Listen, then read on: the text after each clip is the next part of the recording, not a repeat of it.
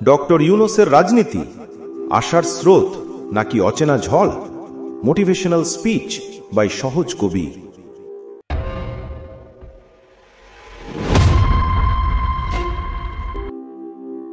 বাংলাদেশের রাজনীতিতে কি শুরু হতে যাচ্ছে অজানা এক খেলা?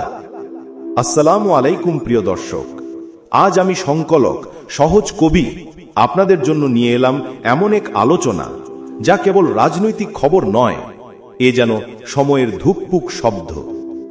কখনো কি ভেবেছেন এক দেশের ভাগ্য কখন হঠাৎ এক নতুন আলোয় ধরা দেয়, আবার একই আলো কত দ্রুত অচেনা অন্ধকারে মিশে যায়? আমাদের চারপাশের রাজনীতি আজ এক অদ্ভুত সন্ধিক্ষণে দাঁড়িয়ে। আমরা প্রত্যেকে এই স্রোতের অংশ, তবু আমাদের চোখে অজানা এক রহস্য। এই আলোচনায় আমরা খুঁজব সেই পথের গোপন সুর, সেই সম্ভাবনার নকশা যা একদিকে স্বপ্নের প্রতিশ্রুতি, অন্যদিকে ঝড়ের আভাস। কেন এই আলোচনা আপনার জীবনে গুরুত্বপূর্ণ? কারণ ভবিষ্যৎ মানে কেবল ভোট বা দলীয় লড়াই নয়, এটি আপনার আমার সন্তানদের স্বপ্ন, কর্মজীবনের স্থিতি, মনের শান্তি এবং অবচেতন মনে লুকিয়ে থাকা আশার দিগন্ত। আজকের কথোপকথনে আমরা শিখব কিভাবে একজন মানুষ, একজন নোবেলজয়ী অর্থনীতিবিদ, জাতির আস্থা ও ভয় দুটিকেই একসাথে বয়ে নিয়ে যেতে পারেন।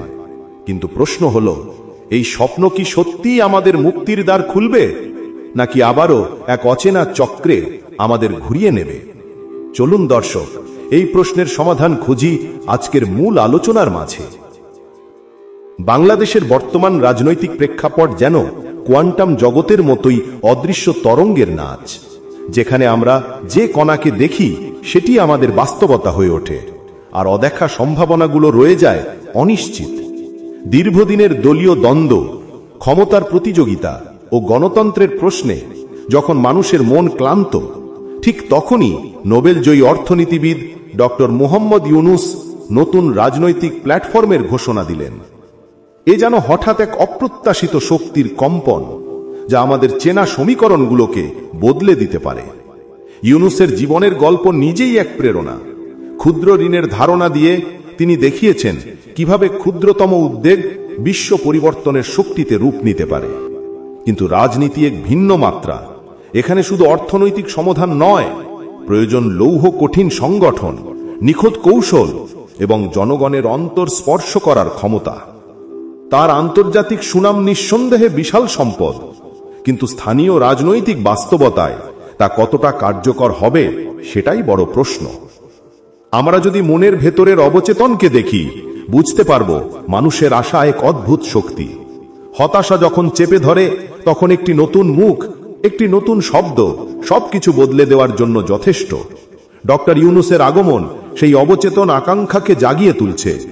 তরুণ প্রজন্ম যারা বেকারত্ব, প্রেমের ভাঙন বা পারিবারিক কলহে নীরব, তারা খুঁজছে এমন এক নেতৃত্ব যা কেবল প্রতিশ্রুতি নয়, বাস্তব পরিবর্তনের সাহস রাখে। কিন্তু এখানে আসে চ্যালেঞ্জের মহাসাগর। দল গঠন মানে কেবল কিছু মানুষকে একত্র করা নয়, এটি মানে তৃণমূলের আস্থা অর্জন, স্বচ্ছ নীতি প্রণয়ন এবং সংঘাতের মাঝেও সমঝোতার ভাষা খুঁজে নেওয়া। ক্ষমতাসীন দলের প্রতিযোগিতা ও বিরোধী পক্ষের দীর্ঘদিনের ক্ষোভ, সব মিলিয়ে এটি এক তীব্র ঝড়।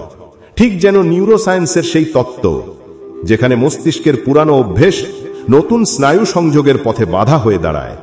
ইউনূসের নতুন দলও সেই পুরানো রাজনৈতিক স্নায়ুর সঙ্গে সংগ্রাম করবেই। তবে সম্ভাবনা অসীম। তার আন্তর্জাতিক গ্রহণযোগ্যতা দেশের কূটনৈতিক সম্পর্ক ও বিনিয়োগের নতুন দ্বার খুলতে পারে। সামাজিক ব্যবসার মডেল অর্থনীতিকে নতুন দিক নির্দেশনা দিতে পারে। যদি তিনি সত্যিই একটি স্বচ্ছ নির্বাচন ও প্রাতিষ্ঠানিক সংস্কারের রূপরেখা বাস্তবায়ন করতে পারেন, তাহলে বাংলাদেশ নতুন গণতান্ত্রিক অধ্যায়ে প্রবেশ করবে। এখানে আমাদের প্রত্যেকের দায়িত্ব আছে, কারণ গণতন্ত্র কোনো একক ব্যক্তির মালিকানা নয়, এটি আমাদের সম্মিলিত চেতনা। যেমন কোয়ান্টাম জগতে পর্যবেক্ষক ছাড়া কণার গতি নির্ধারিত হয় না, তেমনি জনগণের সক্রিয় অংশগ্রহণ ছাড়া রাজনৈতিক পরিবর্তন অসম্পূর্ণ থেকে যায়। আপনার ভোট, আপনার কণ্ঠ, আপনার প্রতিবাদ সবকিছুই এই নতুন সম্ভাবনার জন্য শক্তি যোগাবে।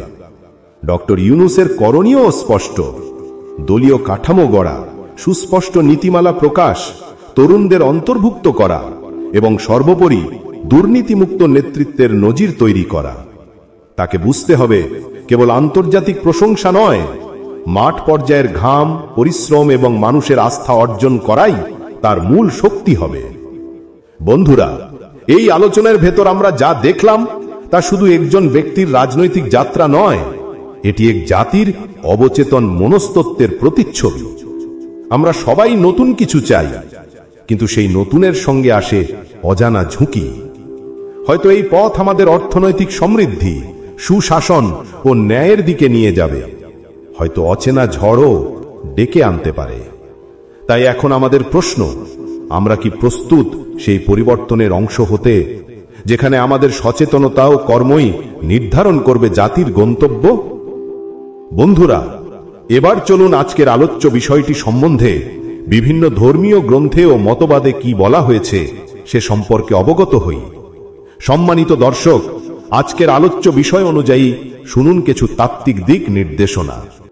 শুনুন ঋগ্বেদ অবলম্বনে বাণী।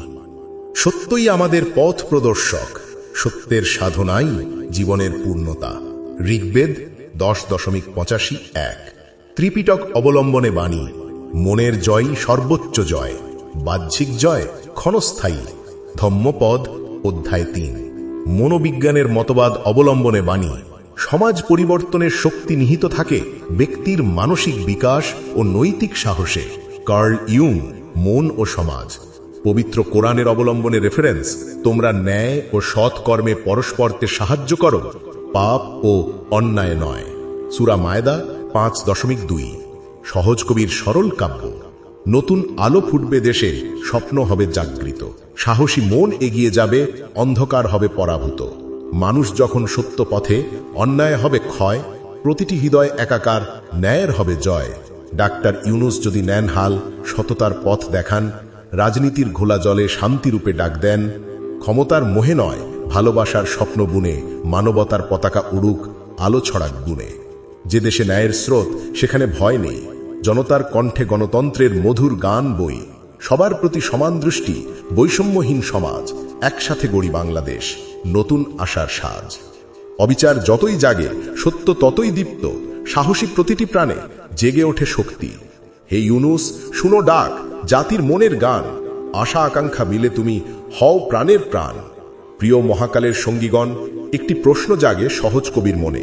আমরা কি প্রস্তুত এমন একটি পরিবর্তনের জন্য, যেখানে নেতৃত্বের কেন্দ্রে থাকবে সত্য, সাহস ও মানবতার শপথ?